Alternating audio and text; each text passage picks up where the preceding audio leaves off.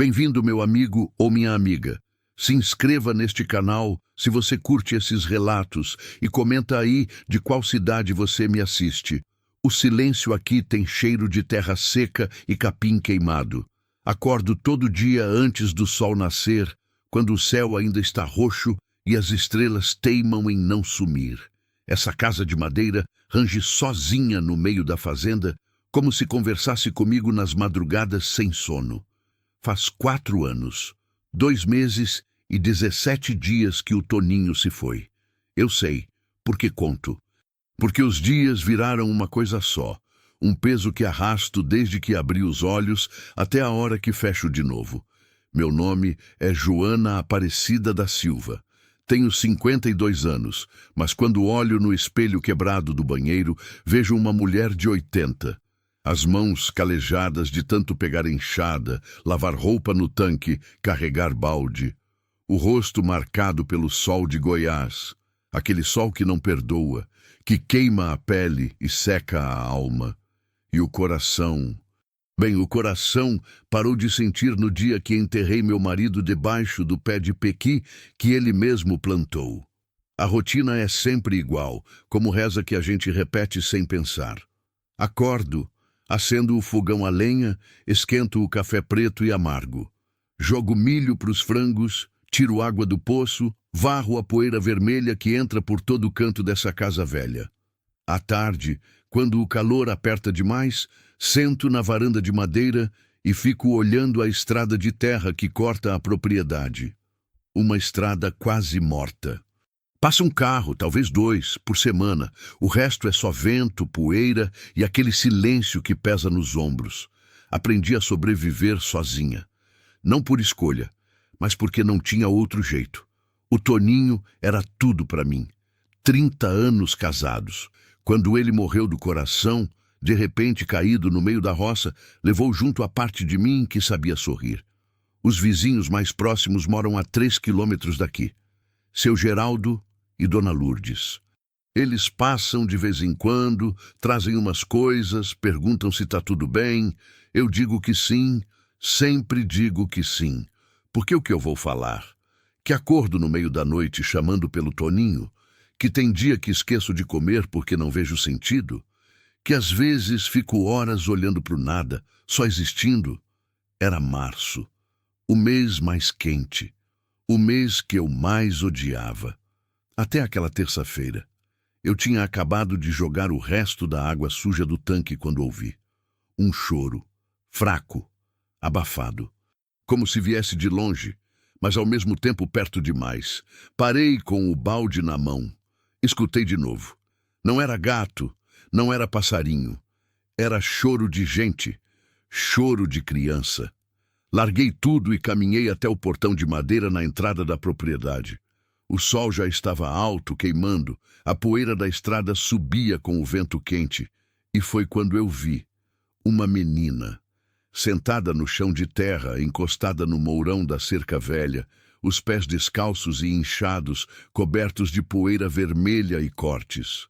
A roupa, um vestidinho rosa que um dia deve ter sido bonito, toda rasgada, suja de barro seco e mato.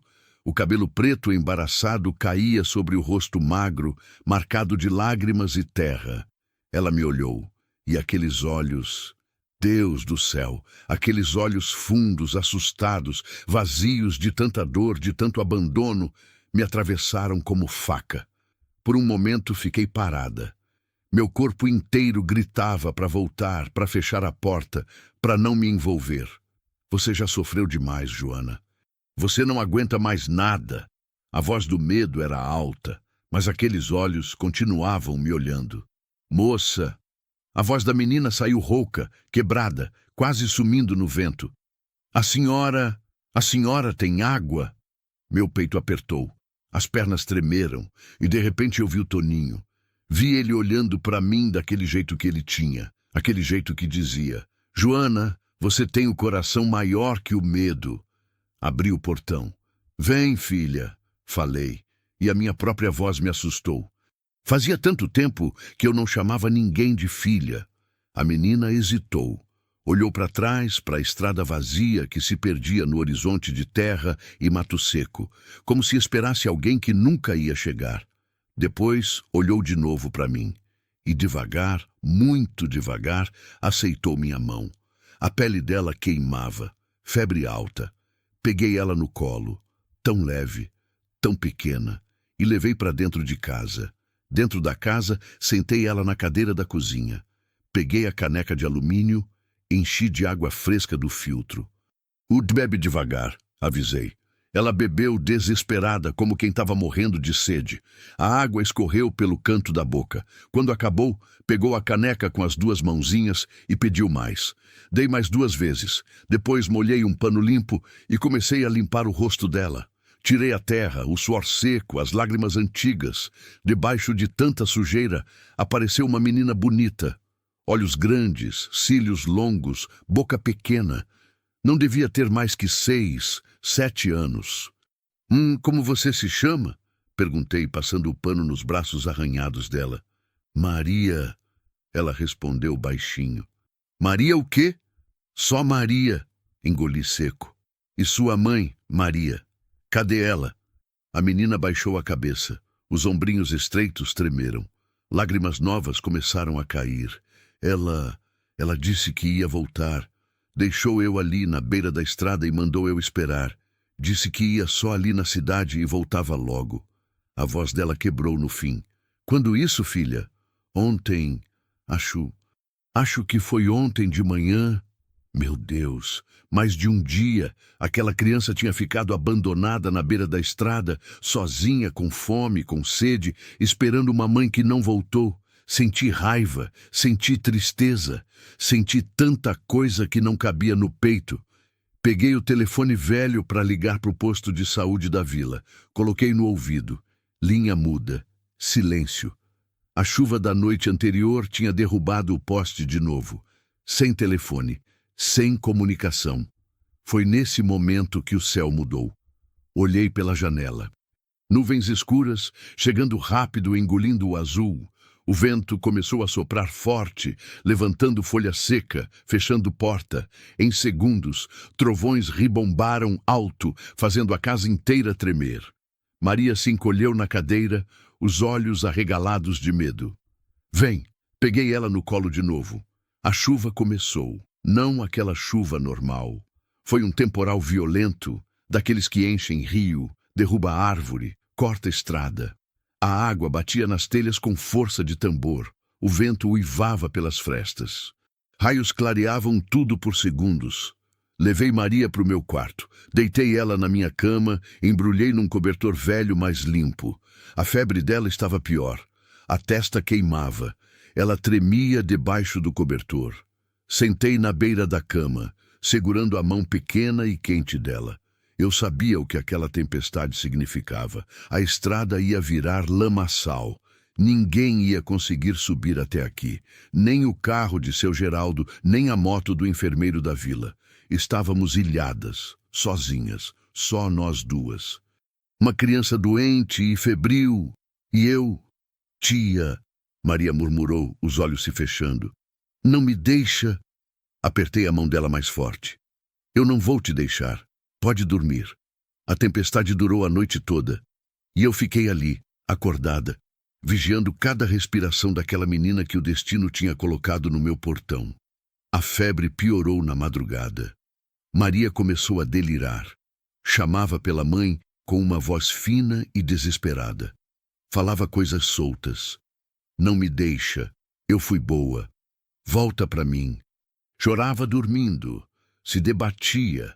Eu molhava o pano com água gelada do pote de barro, passava na testa dela, no pescoço, nos pulsos. Segurava a mão pequena que apertava a minha com uma força que eu não imaginava que ela tivesse. Quando o sol começou a clarear, a tempestade tinha passado. Mas pela janela eu via o estrago. A estrada de terra tinha virado um rio de lama vermelha, galhos caídos, cerca derrubada. Nenhum carro ia conseguir passar ali. Nem hoje, talvez nem amanhã. Maria continuava queimando em febre. Eu sabia que tinha que fazer alguma coisa, tinha que buscar ajuda. O posto de saúde ficava na vila, a quase 5 quilômetros daqui. A pé, pela estrada enlameada, ia demorar mais de 1 hora. Mas eu não tinha escolha. Ou tinha? Fiquei parada na porta do quarto, olhando aquela criança na minha cama, tão frágil, tão pequena. E se a febre subisse mais enquanto eu estivesse fora? E se ela precisasse de mim e eu não estivesse ali? E se... E se você não for, Joana? E se ela piorar e você tiver ficado aqui de braços cruzados? A voz do Toninho de novo. Aquela voz que sempre me empurrava para frente quando eu queria desistir. Tomei a decisão. Arrumei Maria o melhor que pude. Deixei água fresca numa caneca ao lado da cama. Coloquei vários panos molhados na testa dela. Abri a janela para a entrada ar. Maria, chamei baixinho. Ela abriu os olhos devagar, vidrados de febre. Eu vou buscar o enfermeiro. Vou descer até a vila. Você fica aqui quietinha, descansando. Eu volto logo, eu prometo que volto. Ela apertou meu dedo com a mão quente e trêmula. Não me deixa igual minha mãe. Meu coração partiu. Eu não sou sua mãe. Eu volto. Te juro que volto. Calcei a bota velha de borracha, peguei um pedaço de pau para me apoiar e saí. A caminhada foi um inferno. A lama chegava até o tornozelo. Escorreguei 3, 4 vezes. Caí de joelhos. Levantei. As pernas doíam. A coluna reclamava. O sol voltou a queimar forte. Suor escorria. Mas eu não parei. Não podia parar. Quando cheguei na vila, quase desmaiei na porta do posto. O enfermeiro Claudinho me viu e correu. Dona Joana, o que aconteceu? Contei tudo ofegante. Ele pegou a moto, improvisou um caminho pelo mato, desviando da estrada destruída. Eu fui na garupa, rezando baixinho. Quando chegamos, entrei correndo na casa. Maria ainda estava lá, respirando, viva. Claudinho examinou ela. Aplicou remédio. Baixou a febre aos poucos. A senhora salvou essa menina, Dona Joana. Ele disse. Se tivesse esperado mais um dia, não terminei de ouvir. Só sentei no chão do quarto e chorei. Chorei tudo que não tinha chorado em 4 anos. Maria ficou comigo 7 dias. No segundo dia, a febre baixou de vez. Ela começou a comer arroz com ovo, uma fatia de pão, sopa de legumes. No terceiro, já sentava na varanda comigo.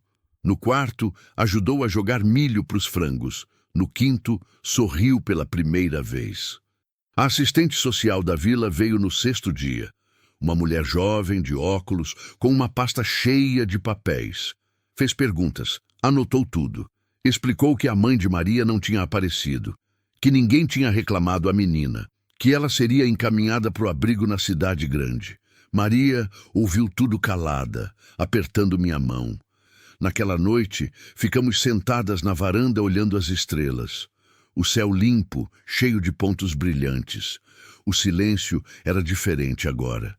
Não pesava mais. Tia Joana... Maria me chamava assim desde o 3º dia. A senhora mora sozinha porque é triste? A pergunta me pegou desprevenida. Olhei para ela. Eu morava sozinha porque achava que era melhor assim, que era mais fácil. Mas não é melhor com alguém perto? Engoli seco. Aquela menina pequena que tinha sido abandonada na beira da estrada estava me ensinando sobre viver. É sim, Maria. É muito melhor. Ela encostou a cabeça no meu ombro. Então eu posso ficar. Meu coração quase explodiu.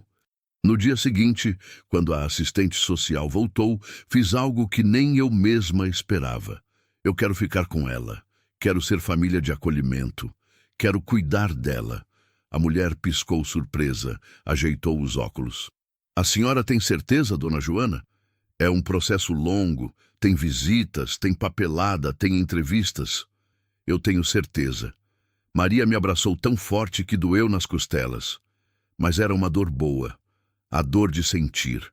A dor de estar viva de novo. 2 meses depois, o portão de madeira da fazenda voltou a ranger. Mas agora não era só o vento. Era Maria correndo descalça, rindo alto, gritando meu nome, enchendo aquele silêncio todo de vida. Eu ainda acordo cedo, ainda acendo o fogão a lenha, ainda cuido das galinhas. Ainda caminho até o poço, mas agora tem alguém me esperando na varanda. Alguém que pergunta o que vai ter no almoço. Alguém que conta a história da escola. Alguém que dorme agarrada em mim nas noites de tempestade. O Toninho não voltou. A dor da perda não sumiu. Mas aprendi que a gente pode carregar a tristeza e ainda assim deixar a alegria entrar. Que às vezes Deus coloca alguém no nosso caminho não para a gente salvar, mas para a gente ser salvo também. O portão se abriu, e eu também, e a vida, essa vida que eu achava que tinha acabado, começou de novo. Diferente, mas começou. Os 3 primeiros meses foram os mais difíceis. Não porque Maria fosse uma criança ruim. Longe disso. Ela era quieta demais, na verdade. Acordava no meio da noite chorando, chamando pela mãe.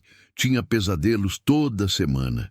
Às vezes ficava horas sentada no chão olhando para a estrada, como se esperasse alguém aparecer. Eu não sabia lidar com aquilo. Nunca tive filhos. O Toninho e eu tentamos por anos, mas não veio.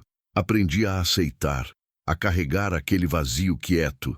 E agora, de repente, tinha uma criança dormindo no quarto ao lado, dependendo de mim para tudo. Teve uma noite que nunca vou esquecer. Era setembro, 3 meses depois que Maria chegou. Eu tinha acabado de deitar quando ouvi o grito, um grito de terror puro. Corri para o quarto dela. Maria estava em pé na cama, os olhos arregalados olhando para a parede, tremendo inteira. "Ela tá aí! Ela tá aí!" gritava, apontando para o nada. Acendi a luz. Não tinha nada. "Maria, não tem nada aqui, filha." "Tem sim! A mulher me olhando." Peguei ela no colo. O coração dela batia descompassado. Eu sentia cada pancada contra meu peito. "Não tem ninguém aqui, Maria. Só eu e você. Só nós duas." Levei ela para minha cama. Ela se agarrou em mim como se fosse desaparecer se soltasse. Ficamos assim até o sol nascer. Ela dormindo aos pedaços, eu acordada pensando se eu dava conta daquilo. Porque, veja bem, eu tinha pegado aquela menina por impulso, por compaixão, porque não consegui deixar ela ali, ferida e abandonada. Mas agora tinha dias que eu olhava para ela e pensava, meu Deus, o que eu fiz? Não porque não gostasse dela, mas porque tinha medo, medo de falhar, medo de não ser o suficiente, medo de perder de novo. Mas aí tinha aqueles outros momentos, como quando Maria me ajudou a colher os ovos pela primeira vez. Ela ficou tão feliz com aquele ovo quentinho na mão que pulou gritando, "Tia Joana, olha, olha o que a galinha fez!" E riu. Um riso limpo, claro, que ecoou pela fazenda inteira. Ou quando ela me ensinou a fazer uma pulseira de linha colorida. Sentamos as duas na varanda, e ela, com aqueles dedinhos pequenos, foi trançando as cores com uma paciência que eu não tinha. No fim, amarrou no meu pulso e disse, "Agora a gente combina." Ou naquela tarde que fez aquela chuva fina, mansa, e ela saiu correndo para o terreiro, gritando que nunca tinha brincado na chuva. Fiquei olhando da varanda, ela toda molhada, os braços abertos para o céu, girando, rindo. E de repente eu vi, não era só eu salvando ela, era ela me salvando também. Seu Geraldo e Dona Lourdes vinham mais seguido agora.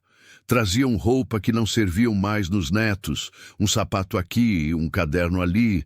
Dona Lourdes me ensinou a fazer pirão do jeito que criança gosta.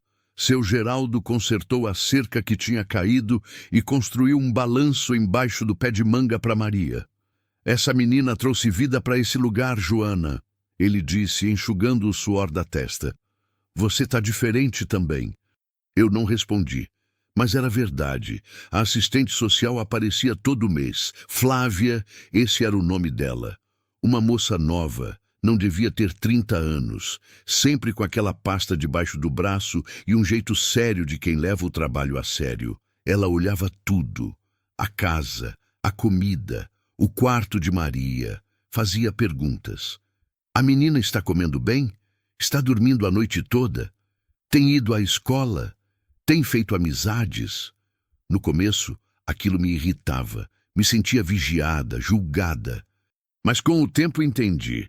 Ela estava fazendo o trabalho dela, protegendo Maria, garantindo que eu não era mais uma pessoa que ia machucar aquela criança. Foi numa dessas visitas que Flávia me chamou para conversar sozinha. Dona Joana, eu preciso ser honesta com a senhora. Meu coração gelou.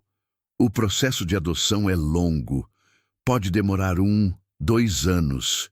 E a senhora já tem 52 anos. Tem juízes que acham que isso é velho demais para adotar uma criança de 7 anos. Senti o chão sumir debaixo dos meus pés. Mas eu tô cuidando bem dela. A senhora mesma vê. Eu sei. E eu vou testemunhar a favor da senhora. Mas preciso que a senhora entenda. Pode ser que não aprovem. Pode ser que decidam colocar Maria para adoção com uma família mais jovem. A palavra tirar não foi dita, mas foi o que eu ouvi. Naquela noite, depois que Maria dormiu, sentei na cozinha escura. Não acendi a luz. Fiquei ali, na escuridão, deixando o medo me engolir inteiro. E se tirassem ela de mim? E se eu tivesse feito tudo aquilo, aberto meu coração de novo, deixado alguém entrar, aprendido a viver de novo, só para perder outra vez? Comecei a chorar. Um choro silencioso para Maria não ouvir, um choro de desespero, de impotência, de dor. Foi quando senti a mãozinha no meu ombro. Maria estava ali, de pé no escuro, com aqueles olhos grandes me olhando. Tia Joana, por que você está chorando? Não consegui esconder. Eu tô com medo, filha. Medo de quê? De te perder. Ela subiu no meu colo. Tinha 7 anos, mas ainda cabia toda encolhida ali. Você não vai me perder. Eu não vou embora. Mas e se mandarem você embora? Se colocarem você em outra casa? Maria ficou quieta por um tempo. Depois falou com aquela voz fininha, mas firme. Então eu fujo e volto para cá. Sempre. Apertei ela contra mim e chorei mais ainda. Mas agora era um choro diferente. Um choro que doía, mas que também aquecia. Matricular Maria na escola da vila foi outra batalha. A diretora, Dona Marlene, uma mulher alta de cabelo pintado de loiro, me recebeu com um sorriso que não chegava nos olhos. Então essa é a menina que a senhora pegou na estrada? Pegou.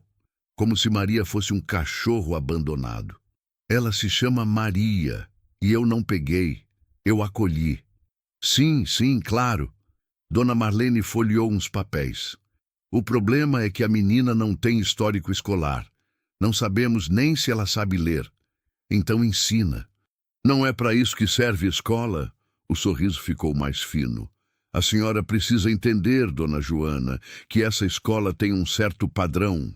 Não podemos simplesmente... A menina vai estudar aqui. Cortei, me levantando. Porque é a escola mais próxima.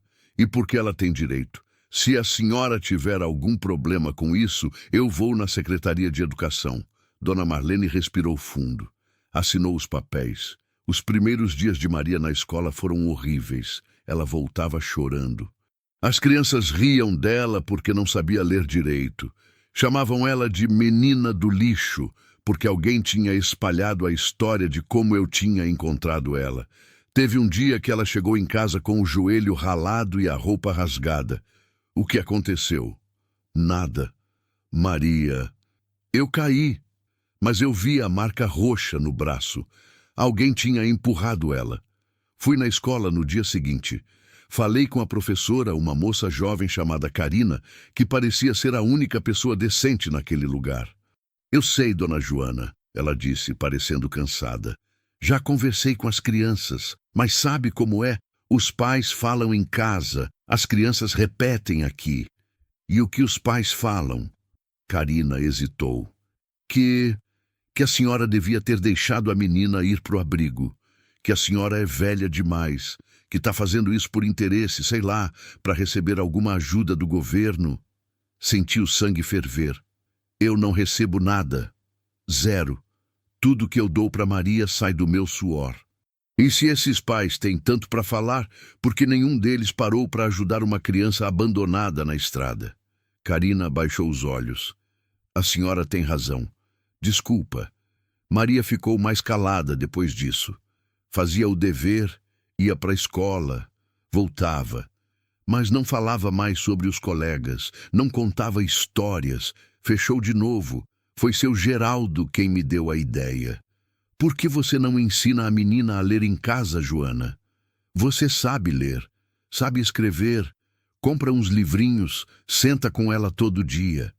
Deixa a escola ser só para cumprir a obrigação, mas o aprendizado de verdade vem de você.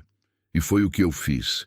Todo dia, depois do almoço, sentávamos na mesa da cozinha. Eu com uma cartilha velha que Dona Lourdes me deu, Maria com um caderno novo que comprei na vila. Vamos lá, B-O-L-A, bola, bolá, Maria repetia, a língua enrolando nas letras. Isso, agora escreve. E ela ia escrevendo devagar, a mão pequena segurando o lápis com força.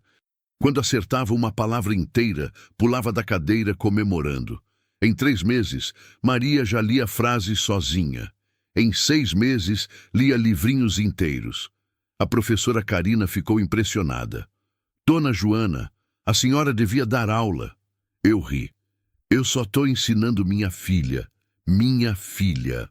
Foi a primeira vez que eu disse aquilo em voz alta. Maria não sabia quando era o aniversário dela. Quando perguntei, ela disse que a mãe nunca tinha comemorado, que não sabia o dia certo, que achava que era no começo do ano, por aí. Aquilo me partiu o coração. Então a gente escolhe um dia. Eu disse, pode? Claro que pode. Que dia você quer que seja? Maria pensou. Olhou para a janela, para o céu azul, para o sol brilhando. Hoje, hoje. É, porque hoje está bonito e eu tô feliz. Era 15 de outubro, um sábado. Então hoje é seu aniversário. Quantos anos você quer fazer? 8, ela gritou sorrindo. Então, vamos comemorar seus 8 anos. Não tinha dinheiro para festa grande, mas fiz um bolo de chocolate no fogão a lenha. Chamei seu Geraldo, Dona Lourdes e a professora Karina. Enfeitei a casa com flores do mato e uns papéis coloridos que comprei na vila. Quando Maria viu tudo, os olhos dela encheram de lágrimas. Isso é tudo para mim? Tudo para você. Ela me abraçou tão forte que tirou meu fôlego. Cantamos parabéns. Maria soprou as 8 velhinhas que tremiam na brisa. Comemos bolo, rimos. Seu Geraldo tocou violão. Dona Lourdes contou história.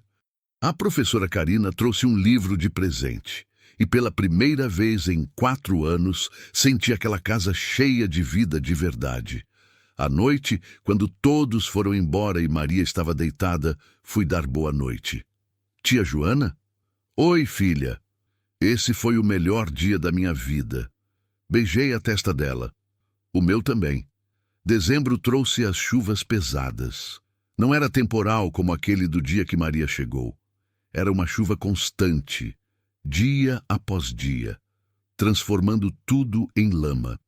A estrada ficou intransitável de novo, a vila ficou isolada e a casa começou a ter problemas. Primeiro foi o telhado. Começou a pingar no quarto de Maria. Coloquei balde. No dia seguinte, pingava em 3 lugares. No terceiro dia, metade do telhado estava vazando. A gente precisa consertar isso, Joana, seu Geraldo disse, olhando para cima com cara de preocupação. Mas com essa chuva toda não dá. E o material vai sair caro. Caro era um problema. Eu vivia do que plantava, das galinhas, de uns bicos aqui e ali. Não tinha dinheiro guardado para reformar telhado. Mas não era só isso. A chuva trouxe outra coisa. Maria ficou doente de novo. Começou com uma tosse seca, depois febre baixa. Então, a febre subiu. E a tosse piorou, virando aquela tosse que arranca o peito. Levei ela no posto. O enfermeiro Claudinho examinou. É pneumonia. Começo. precisa de antibiótico. Eu compro. Quanto é? Ele escreveu num papel. Olhei o valor. Senti o estômago revirar. Eu não tenho isso tudo agora. Claudinho coçou a cabeça. Olha, dona Joana, eu posso dar uns remédios aqui do posto, mas não é o ideal. O melhor seria... Dá o que você puder. Eu me viro com o resto. Voltei para casa com Maria tossindo no colo e um aperto no peito que não tinha nada a ver com doença. Como eu ia arrumar aquele dinheiro? Naquela noite, depois de dar o remédio para Maria e colocar ela para dormir, sentei na cozinha e fiz as contas. Tinha uns trocados guardados. Se eu vendesse 2 galinhas, mais uns ovos, talvez conseguisse metade do valor. Mas e a outra metade? Foi quando lembrei. O anel. O anel de ouro que o Toninho tinha me dado no dia do nosso casamento. O único objeto de valor que eu tinha. Guardado numa caixinha velha dentro do guarda-roupa. Peguei a caixinha. Abri. O anel brilhou mesmo na luz fraca da lamparina. 30 anos casada. 30 anos usando aquele anel todo dia. Só tirei no dia que o Toninho morreu, porque não aguentava mais olhar para ele. Agora ia ter que vender. Não dormi aquela noite. Fiquei olhando para o teto vazando, ouvindo Maria tossir no quarto ao lado, apertando o anel na mão. No outro dia, peguei a moto emprestada de seu Geraldo e fui na cidade. Tinha uma joalheria pequena na praça. O dono, seu Augusto, pegou o anel e examinou com uma lupa. Ouro bom, ele colocou na balança. Posso dar 200. 200. Era menos da metade do que o anel valia. Eu sabia, mas era o que eu tinha. Feito, ele me deu o dinheiro. Guardei no bolso, senti como se tivesse vendido um pedaço do Toninho. Na volta parei na farmácia. Comprei o antibiótico, comprei xarope, comprei vitaminas. Quando cheguei em casa, Maria estava acordada na cama, os olhos vidrados de febre. Tia Joana, você demorou. Eu sei, filha, mas olha aqui. Mostrei o remédio. Isso aqui vai te deixar boa. Dei a primeira dose. Maria fez careta com o gosto ruim, mas engoliu. Naquela noite, quando ela finalmente dormiu, fui até o quarto, olhei para minha mão sem o anel e chorei. Mas não me arrependi. Era fevereiro, 1 ano e 3 meses desde que Maria chegou. Eu estava pendurando roupa no varal quando vi a mulher na estrada. Magra, muito magra, roupa surrada, cabelo despenteado. Andava devagar, como quem não tem para onde ir. Parou em frente ao portão, e eu soube. Antes mesmo dela falar, eu soube quem era. Maria estava na escola, graças a Deus, porque eu não sabia como ia ser aquele encontro. Boa tarde, a mulher disse, a voz rouca. Boa tarde, silêncio. Eu vim procurar minha filha. Senti o sangue gelar. Sua filha? Uma menina, de 8 anos, cabelo preto. Eu deixei ela por aqui. Faz um tempo. Minha mão apertou a trouxa de roupa molhada. Um tempo? Minha voz saiu mais dura do que eu queria. 1 ano e 3 meses é um tempo? Ela baixou a cabeça. Eu sei. Eu sei que eu errei, mas eu não tinha escolha. Não tinha como cuidar dela. O pai dela me batia, me expulsou de casa. Eu estava na rua, sem comida, sem nada. E você achou melhor deixar uma criança de 6 anos sozinha na beira da estrada? As lágrimas dela começaram a cair. Eu achei que alguém ia pegar ela. Alguém com condições. Eu não queria que ela passasse fome igual eu. Não queria que ela dormisse na rua. Eu achei... A senhora não pensou em nada. Eu cortei. A senhora abandonou uma criança. Deixou ela sozinha, com fome, com sede, com medo. Se eu não tivesse achado ela, a senhora sabe o que tinha acontecido? Ela chorava agora, o corpo todo tremendo. Eu sei. Eu sou uma péssima mãe. Eu não presto. Mas eu tô melhor agora. Arrumei um trabalho. Tenho onde morar. E eu queria ver ela. Só ver. Por favor. Meu coração batia forte. Raiva, medo, proteção. Maria tá bem aqui. Ela está estudando, está comendo direito, está feliz. A senhora vai chegar agora e bagunçar tudo de novo? Não, eu só queria ver se ela está bem, se ela me perdoa. Olhei para aquela mulher destruída na minha frente. E por um segundo vi não a mãe que abandonou. Vi alguém que sofreu. Alguém que fez o pior, mas que agora carregava o peso disso. Senta ali, apontei para o banco embaixo da árvore. Maria chega da escola daqui 1 hora. Você espera, mas eu vou conversar com ela primeiro. E se ela não quiser te ver, você vai embora. E não volta mais, entendeu? Ela assentiu, chorando. Quando Maria chegou da escola, chamei ela para dentro da casa. Filha, preciso te falar uma coisa. Maria sentou na cadeira, os olhos grandes me olhando. Sua mãe biológica, tá aqui. O rosto de Maria ficou branco. O quê? Ela apareceu. Quer te ver, mas você não é obrigada a ver ela se não quiser. Você escolhe. Maria ficou parada, respirando rápido, as mãos tremendo. Ela veio me buscar? Não. Ela disse que só quer te ver, conversar.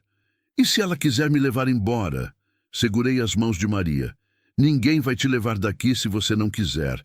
Eu não deixo, entendeu? Ninguém. Maria respirou fundo, engoliu seco. Eu quero ver ela. Meu coração apertou, mas eu disse, então vem, saímos juntas.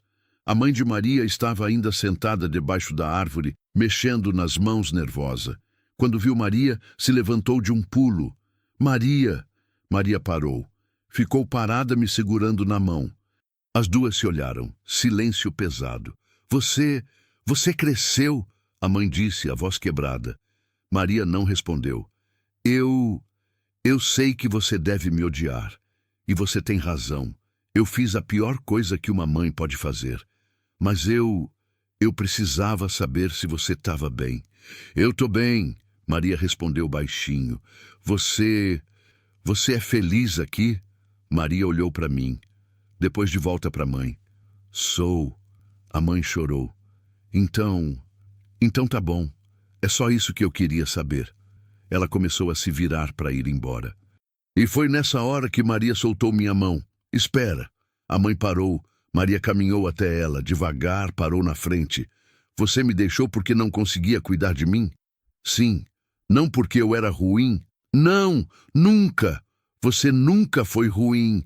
Eu que não era forte o suficiente. Maria ficou quieta. Depois disse, tia Joana me ensinou que todo mundo merece uma segunda chance, até quem erra feio, e abraçou a mãe. As duas ficaram ali, abraçadas, chorando. E eu, um pouco afastada, chorei também. Quando a mãe foi embora, meia hora depois, Maria voltou para mim. Estava calada. Você ficou brava comigo? Ela perguntou.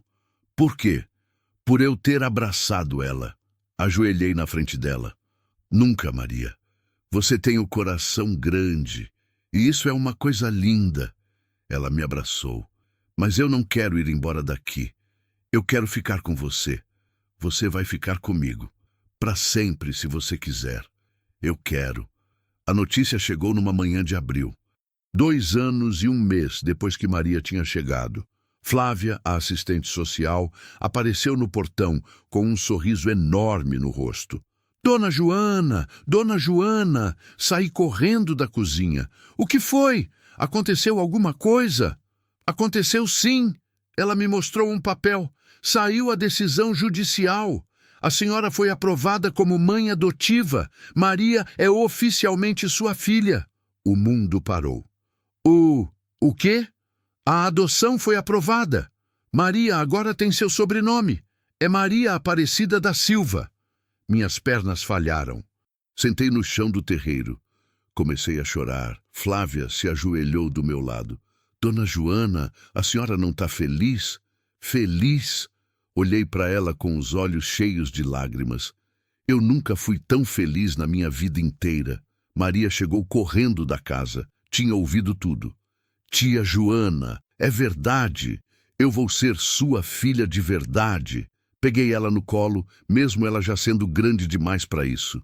Você sempre foi minha filha de verdade, Maria. Agora só tem um papel dizendo isso. Ela me abraçou tão forte que quase não consegui respirar. E ali, as duas no chão, chorando, rindo, Flávia tirando foto com o celular, eu senti. A vida tinha me dado uma segunda chance. Maria cresceu. Virou uma menina inteligente, estudiosa, cheia de sonhos. Passou para a melhor aluna da escola. Dona Marlene, a diretora que no começo torcia o nariz, agora vivia me elogiando. A senhora fez um ótimo trabalho com a Maria, Dona Joana. Que menina esperta! Eu só sorria, porque o trabalho não era meu. Era de Maria. Era dela que insistia em ler todo dia. Dela que fazia dever mesmo quando estava cansada. Dela que sonhava em ser professora. Eu quero ensinar igual você me ensinou, mãe, ela disse um dia. Ela tinha começado a me chamar de mãe depois da adoção oficial. Você vai ser uma professora incrível. Mas não foi tudo fácil. Teve o ano que a seca veio forte e quase perdemos tudo. As galinhas morreram. A horta secou. Fiquei 2 meses sem conseguir pagar a conta de luz. A gente comia só arroz e feijão. Às vezes nem isso. Maria nunca reclamou. Dividia o prato comigo. Dizia que não estava com fome para eu comer mais. Maria, você precisa comer para crescer. E você precisa comer para ficar forte. Foram tempos duros, mas a gente sobreviveu, juntas. Teve também o ano que Maria completou 12 anos e começou a fazer perguntas difíceis. Perguntas sobre a mãe biológica, sobre o pai que ela nunca conheceu, sobre por que ela tinha sido abandonada. Eu respondia o que sabia. O que não sabia, dizia a verdade. Não sei, filha, mas o que eu sei é que você é amada agora. E isso é o que importa. Às vezes ela ficava triste. Fechava. Ia para o quarto e ficava horas sozinha. Eu respeitava. Deixava ela processar. Mas ficava na porta, de ouvido atento, caso ela precisasse de mim. E teve o ano que Maria quis procurar a mãe biológica de novo. Eu só quero saber se ela está bem, mãe. Não quero morar com ela. Só quero saber. Fomos juntas. Descobrimos que a mãe de Maria tinha voltado para a cidade natal dela, no Maranhão. Conseguimos um contato. Ligamos. A conversa foi curta. A mãe chorou. Maria também. Mas no fim, Maria desligou o telefone e disse: eu acho que ela está bem. E eu estou bem também. E seguimos em frente. Maria se formou no ensino médio com as melhores notas da turma. Eu estava na plateia, com o vestido de domingo que eu tinha. Quando chamaram o nome dela, eu levantei e gritei feito louca. Maria subiu no palco, pegou o diploma e procurou meu olho na multidão. Quando achou, sorriu e acenou. Meu coração explodiu de orgulho. Ela passou no vestibular para pedagogia na Universidade Federal. Ia ter que se mudar para a capital. Ia ficar longe. Mãe, eu posso ficar, ela disse quando saiu o resultado. Posso trabalhar aqui na vila e estudar depois. Você vai agora. Essa é a sua chance. Mas e a senhora? Vai ficar sozinha de novo? Segurei o rosto dela. Maria, eu não vou ficar sozinha. Eu vou ficar sabendo que minha filha está realizando os sonhos dela. E isso me deixa mais feliz do que qualquer companhia. Ajudei ela a arrumar as malas. Poucos panos, uns livros, os cadernos dela. Seu Geraldo levou ela de carro até a capital. Quando o carro sumiu na curva da estrada, voltei para casa. Sentei na varanda. E pela primeira vez em anos, o silêncio voltou. Mas era um silêncio diferente. Não era vazio. Era espera. Espera dela ligar. Espera dela voltar nas férias. Espera de ver o que ela ia se tornar. Maria ligava toda semana, contava da universidade, dos amigos, das aulas. Nas férias voltava para casa, trazia histórias, trazia vida e trouxe mais. No segundo ano da faculdade, Maria começou um projeto na universidade, aulas de reforço para crianças carentes da periferia. É que eu lembrei de como a senhora me ensinou, mãe, e pensei, se eu conseguir, outras crianças também podem. O projeto cresceu, virou ONG. Maria conseguiu parceria com empresas, com voluntários. Em 3 anos, já tinham ajudado mais de 200 crianças. Uma repórter da TV veio entrevistar ela. Maria, o que te motivou a criar esse projeto? Maria respondeu olhando direto para a câmera. Eu fui uma criança abandonada, jogada na beira da estrada, e uma mulher me viu, parou e me deu não só um lar, mas um futuro. Esse projeto é para dar o mesmo para outras crianças, porque todo mundo merece alguém que pare para olhar. Eu assisti a entrevista na TV pequena da sala e chorei. Eu já tinha 67 anos quando aconteceu. Maria tinha se formado, estava trabalhando como professora na capital, mas voltava sempre que podia. Numa dessas voltas, ela trouxe alguém, um rapaz, alto, pele escura, sorriso bonito. Mãe, esse é o Lucas, meu namorado. Lucas me cumprimentou com respeito. É uma honra conhecer a senhora, dona Joana. Maria fala da senhora todo dia. Eles ficaram o fim de semana. Eu observava. A forma como ele olhava para ela, como segurava a mão dela, como ria das piadas bobas que ela fazia. No domingo, antes de irem embora, chamei Maria para a varanda. Ele é um bom rapaz? É, mãe, é. Você gosta dele? Gosto muito. Então tá bom para mim. 1 ano depois, casaram. A cerimônia foi simples, na igreja da vila. Eu estava na primeira fileira, de vestido novo que Dona Lourdes me ajudou a fazer. Quando Maria entrou, de branco, linda, meu coração quase não aguentou. Ela procurou meu olho. Eu acenei. Ela sorriu. E eu pensei no Toninho. Pensei que ele estaria orgulhoso também. 2 anos depois do casamento, Maria me ligou. Mãe, eu preciso te contar uma coisa. O que foi? Eu tô grávida. O telefone quase caiu da minha mão. Você vai ser mãe. Vou. E você vai ser avó. Avó. Eu, Joana Aparecida da Silva, que nunca pude ter filhos, que achava que ia morrer sozinha naquela casa vazia, ia ser avó. O bebê nasceu em setembro, uma menina. Quando Maria me ligou do hospital, eu subi naquele ônibus velho e fui para a capital. Cheguei no hospital de madrugada. Maria estava na cama, cansada mas feliz, segurando um embrulhinho rosa. Mãe, vem conhecer sua neta. Me aproximei.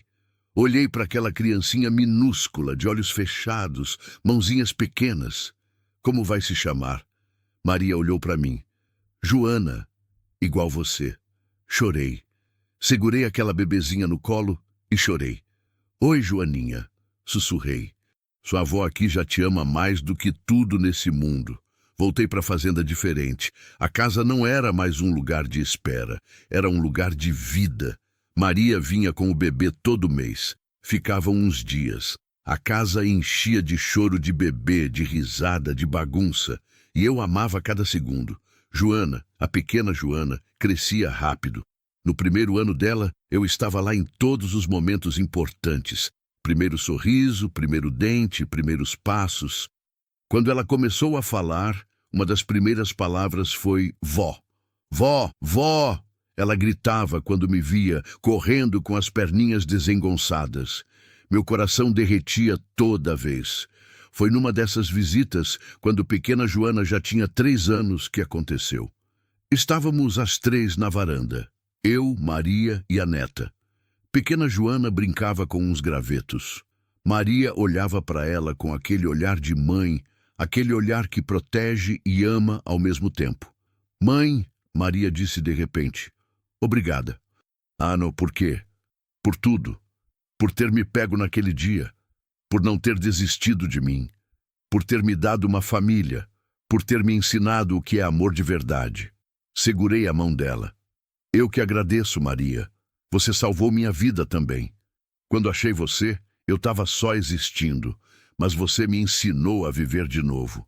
A gente se salvou, então. É, a gente se salvou.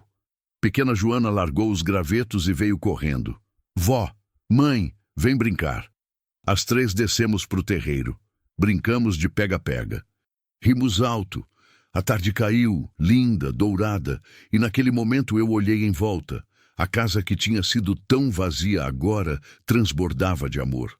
O portão que eu tinha pensado em nunca mais abrir tinha se aberto e tinha deixado entrar não só uma pessoa, mas uma família inteira. Os anos passaram. Pequena Joana cresceu, virou uma menina esperta, falante, cheia de perguntas. Vó, é verdade que você encontrou minha mãe na estrada? É verdade. E você era sozinha antes? Era. E você ficou feliz quando encontrou ela? Peguei a neta no colo. Eu fiquei mais do que feliz. Eu fiquei completa. Pequena Joana pensou. Então, às vezes, a gente precisa encontrar as pessoas para ficar inteiro? Às vezes, a gente precisa, sim. Maria, ouvindo a conversa da cozinha, sorriu. Quando pequena Joana fez 7 anos, a mesma idade que Maria tinha quando chegou, aconteceu uma coisa. Estávamos na fazenda, às 3. Era final de tarde. Eu estava na varanda, pequena Joana brincando no terreiro, Maria cozinhando. De repente ouvimos um barulho na estrada. Um carro velho, enguiçado, parado bem em frente ao portão. Uma mulher desceu, jovem, grávida, chorando. Por favor, ela gritou. Alguém pode ajudar? O carro quebrou, eu tô sentindo dor, o bebê. Maria largou tudo e correu. Eu fui atrás. Pequena Joana ficou na varanda olhando. A mulher estava em trabalho de parto. Adiantado. Não vai dar tempo de chegar no hospital, Maria disse, já avaliando a situação com a calma de quem sabe o que fazer.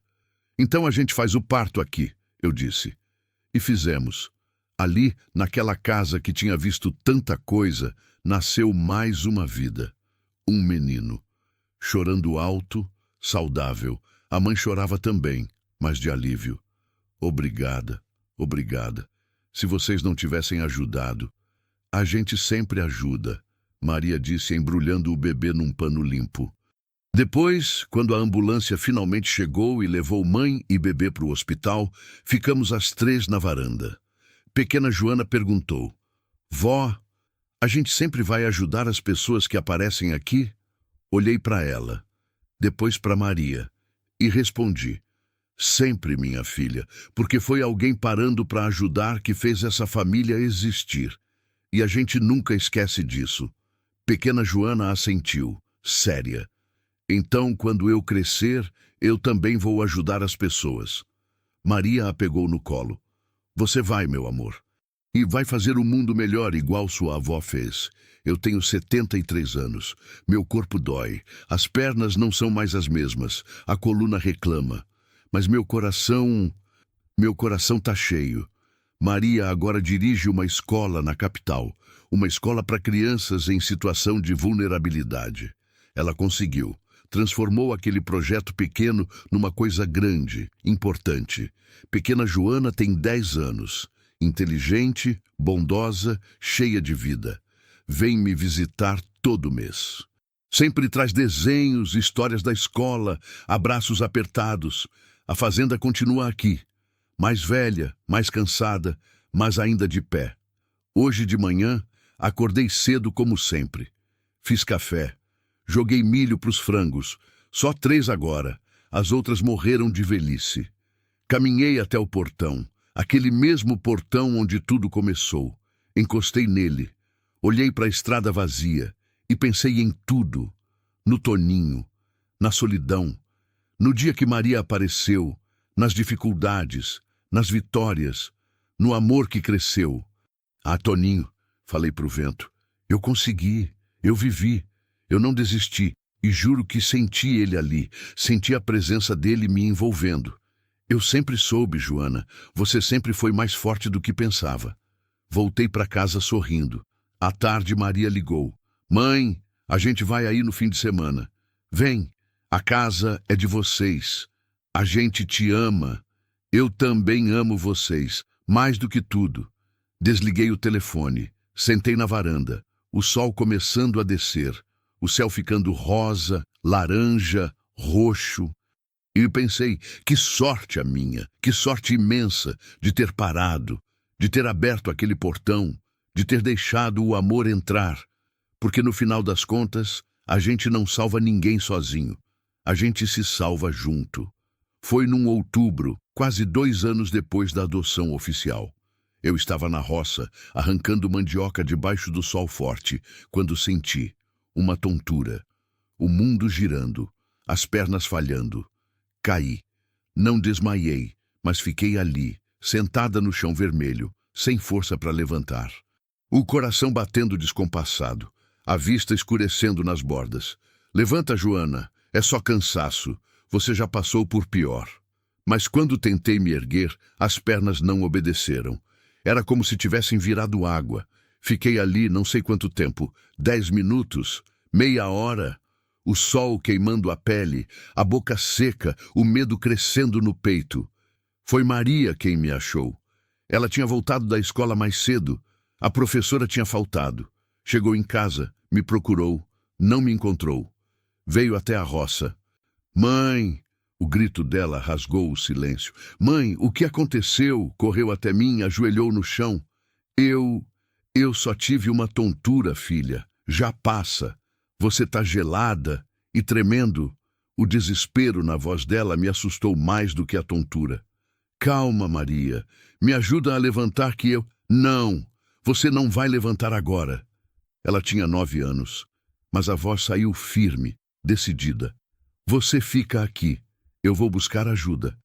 Maria não precisa... Precisa sim. Ela saiu correndo, descalça, pela estrada de terra, até a casa de seu Geraldo.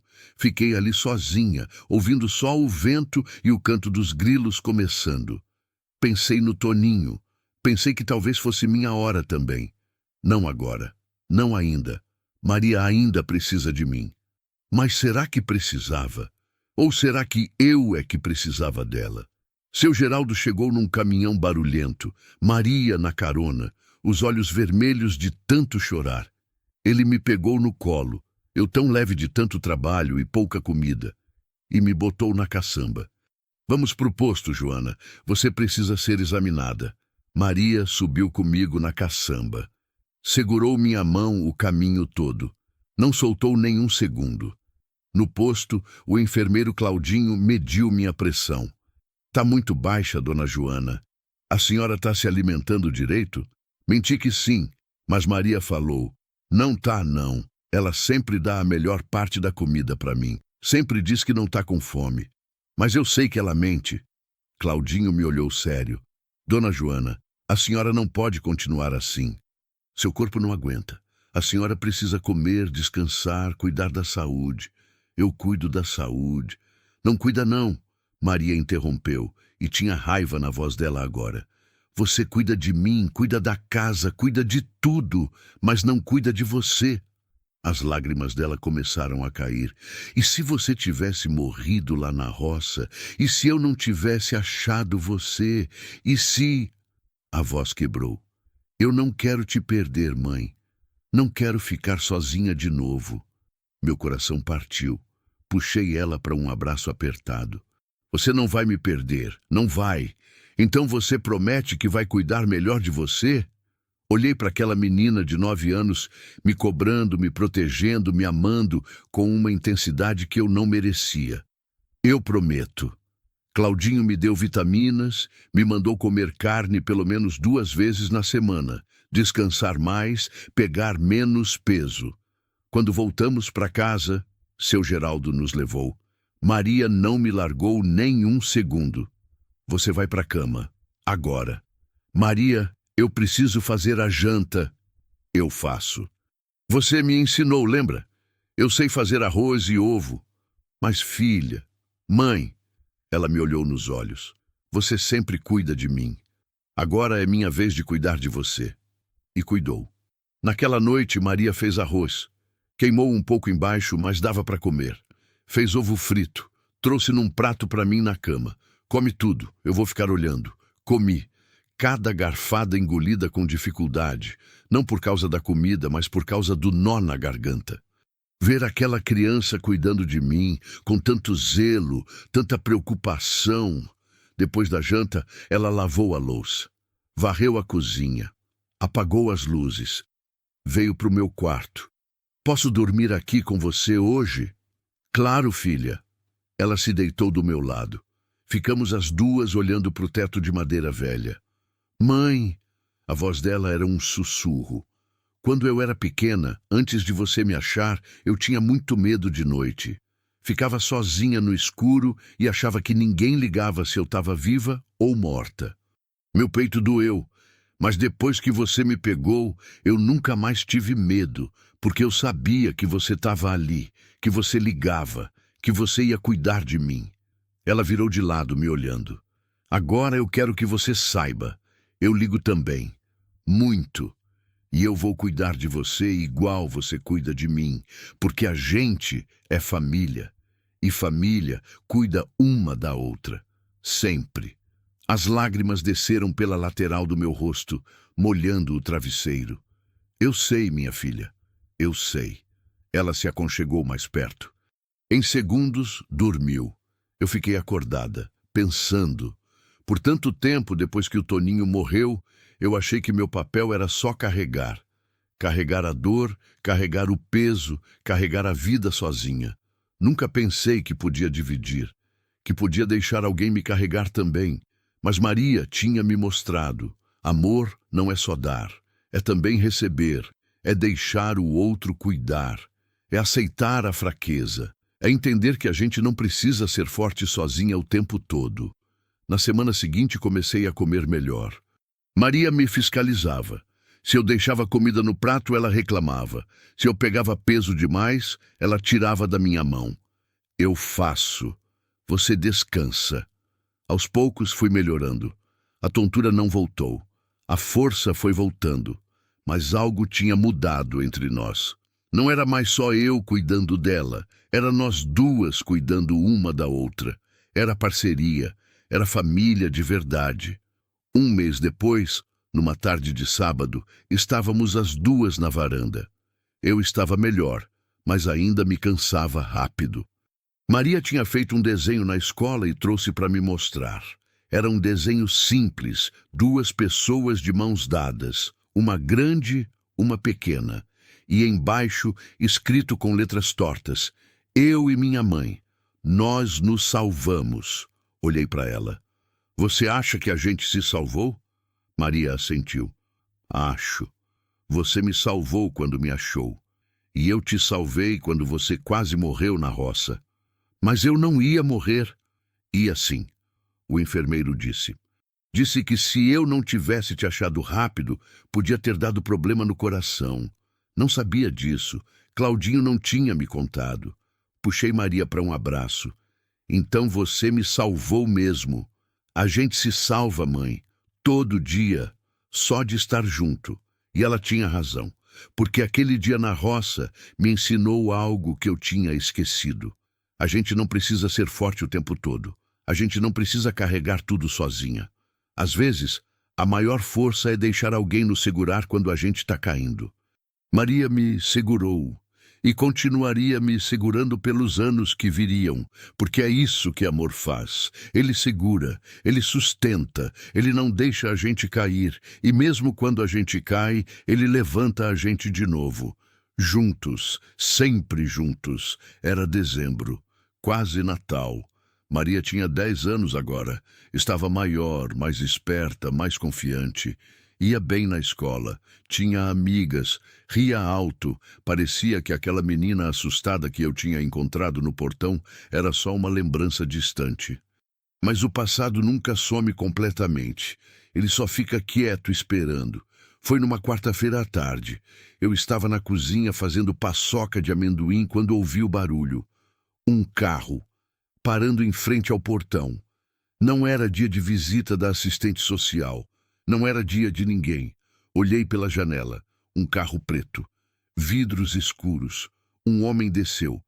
Alto, forte, barba mal feita. Olhou para casa.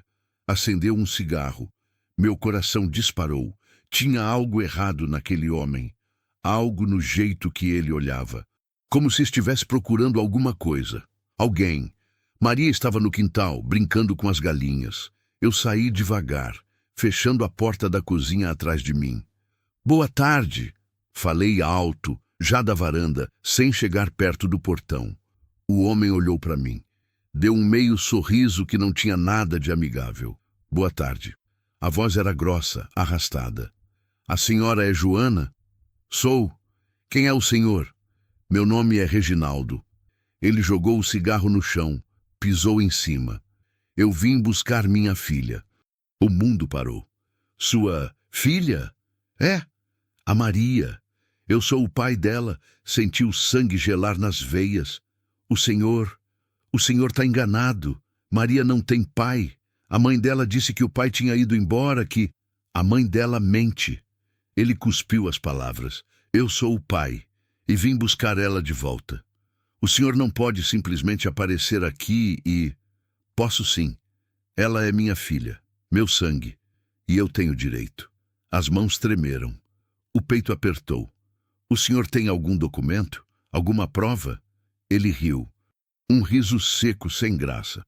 Prova? A prova está na cara da menina. Ela tem meu nariz, meus olhos.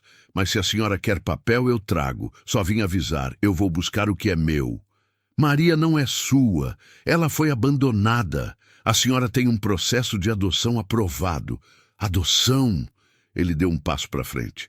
Ninguém me perguntou se eu autorizava. Ninguém me procurou. Isso aí não vale nada. O senhor sumiu, abandonou. Não pode chegar agora. Posso sim, e vou. Ele olhou por cima do meu ombro, para o quintal. Onde ela está? Meu corpo inteiro se colocou entre ele e a casa. O senhor não vai chegar perto dela. Os olhos dele escureceram. Não se mete no meu caminho, velha. Eu tô sendo educado por enquanto. Mas não me teste. A ameaça era clara. Sai da minha propriedade, agora. Eu vou, mas volto, com advogado, com polícia, e vou levar minha filha. Ele voltou para o carro. Antes de entrar, gritou. Aproveita os dias com ela. Não vai durar muito. O carro saiu levantando poeira. Fiquei ali parada, tremendo inteira. Não, não, não! Maria apareceu correndo do quintal. Mãe, quem era? Olhei para ela. Aquela menina que eu amava mais que minha própria vida. Aquela menina que me tinha dado razão para existir. E menti. Ninguém, filha. Só alguém que errou o endereço. Mas ela me conhecia bem demais. Mãe, você está tremendo. O que aconteceu? Ajoelhei na frente dela. Segurei os ombros pequenos. Maria, se algum estranho chegar aqui e tentar falar com você, você corre. Você grita. Você não vai com ninguém, entendeu? Os olhos dela arregalaram de medo. Por quê? Quem vai tentar me levar? Ninguém, filha. É só para você ficar esperta. Mas eu vi no olhar dela. Ela não acreditou. Naquela noite, depois que Maria dormiu, liguei para Flávia, a assistente social. Contei tudo. O homem, a ameaça, o medo. Dona Joana, calma. Me dá os dados dele que eu vou verificar. Mas e se ele for mesmo o pai? E se ele tiver direito? Flávia respirou fundo do outro lado da linha. Se ele for o pai biológico e não assinou a destituição do poder familiar, ele pode sim questionar a adoção. Mas isso não é automático. Tem processo, tem juiz. E, principalmente, tem que provar que ele tem condições e realmente quer o bem da criança. Ele não quer o bem dela. Ele abandonou ela. Deixou a mãe jogar a menina na estrada. Eu sei. E é isso que a gente vai usar. Mas preciso de tempo para investigar. Enquanto isso, Dona Joana, não deixe Maria sozinha. Não deixe ela ir para a escola sem você buscar. Fique atenta. Desliguei o telefone com o coração pesado. Como eu ia proteger Maria? Como? Os dias seguintes foram de terror silencioso. Eu não contei para Maria sobre o homem. Não queria assustá-la, mas mudei tudo. Passei a levar ela na escola, a buscar. Não deixava ela brincar no quintal sozinha. Trancava a porta à noite. Dormia com um sono leve, acordando com qualquer barulho. Maria percebeu. Mãe, por que você tá estranha? Não tô estranha, filha. Tá sim. Você não me deixa sair sozinha. Fica olhando pela janela toda hora. Tem medo de alguma coisa. Sentei com ela na cama. Maria, eu só tô te protegendo. De quê? Respirei fundo. Ela merecia saber a verdade. Do homem que veio aqui. Ele disse que é seu pai e que quer te levar embora. O rosto de Maria ficou branco. Meu pai, ele diz que é, mas eu não sei se é verdade. A assistente social está investigando. Maria começou a tremer. Eu não quero ir com ele. Eu não conheço ele. Eu não quero. Puxei ela para o meu colo. Você não vai. Eu não deixo. Mas e se ele for mesmo meu pai? E se o juiz mandar eu ir?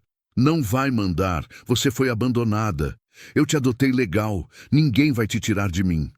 Mas as palavras saíram mais confiantes do que eu me sentia. Porque a verdade é que eu não sabia. Não sabia se aquele homem tinha direito. Não sabia se a justiça ia decidir a favor dele. Não sabia se eu ia conseguir proteger Maria. Naquela noite, Maria não quis dormir sozinha. Ficou grudada em mim, tremendo, chorando baixinho. Mãe, eu tô com medo. Eu sei, filha. Eu também. Promete que não deixa ele me levar. Eu prometo. Mesmo que eu tenha que lutar com unhas e dentes. Mesmo que eu tenha que enfrentar o mundo inteiro. Ninguém vai te tirar de mim. Ela se aconchegou mais. E sussurrou. Você é minha mãe de verdade. Não ele. Não a mulher que me deixou. Você. Meu coração explodiu e quebrou ao mesmo tempo. E você é minha filha de verdade. Para sempre. Reginaldo voltou 3 dias depois. Dessa vez com um advogado. Um homem de terno, pasta na mão, papéis. Eles bateram no portão. Eu não abri. Dona Joana, precisamos conversar. O advogado falou. Eu não tenho nada para conversar com vocês. A senhora vai ter que conversar. Meu cliente tem direitos. Ele é o pai biológico da menor e quer a guarda. Ele abandonou a menina, não tem direito nenhum. Isso quem vai decidir é o juiz. Nós já entramos com o processo. A senhora vai ser intimada. E numa audiência, o juiz vai decidir. Senti as pernas fraquejarem. Reginaldo se aproximou do portão. Olhou para casa. Eu não sou monstro, ele disse. Eu só quero minha filha de volta. Eu errei no passado. Mas agora eu mudei. Tenho emprego. Tenho casa. E tenho direito. Direito? Minha avó saiu como um grito. Onde estava seu direito quando Maria estava morrendo de febre? Onde estava quando ela passava fome? Onde estava quando ela chorava toda noite com pesadelo? Eu não sabia onde ela estava. Por que você não quis saber? Por que você não ligou? O advogado interveio. Dona Joana, entendo a senhora, mas a lei é clara. O pai biológico, se não destituído do poder familiar, tem direito de requerer a guarda. Podemos resolver isso de forma amigável. Amigável? Vocês querem arrancar minha filha de mim e acham que isso é amigável? Nós vamos fazer isso na justiça, então. Boa tarde. Eles foram embora. Eu desabei no chão. A semana seguinte foi um pesadelo. A intimação chegou. Tinha audiência marcada.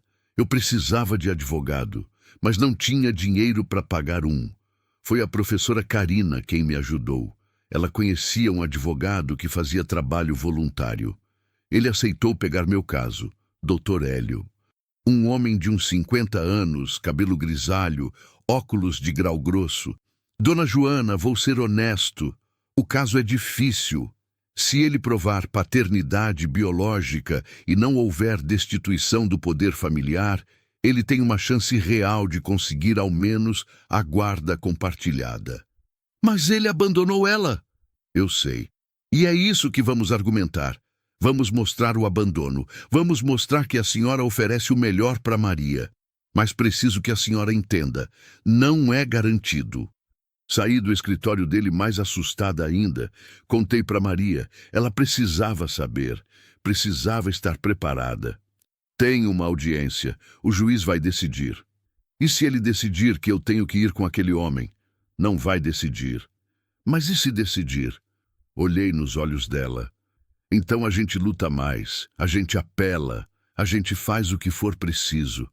Mas eu nunca vou desistir de você. Nunca. Maria me abraçou chorando. Eu te amo, mãe. Eu também te amo, filha. Mais que tudo nesse mundo. A audiência foi marcada para dali a um mês de agonia, de noites sem dormir, de Maria mais calada, mais triste, de medo constante, mas também foi um mês de resistência, porque eu percebi uma coisa: eu não estava sozinha.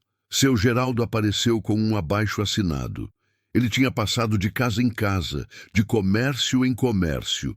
Mais de 200 pessoas assinaram dizendo que eu era uma boa mãe, que Maria era feliz comigo, que a comunidade me apoiava.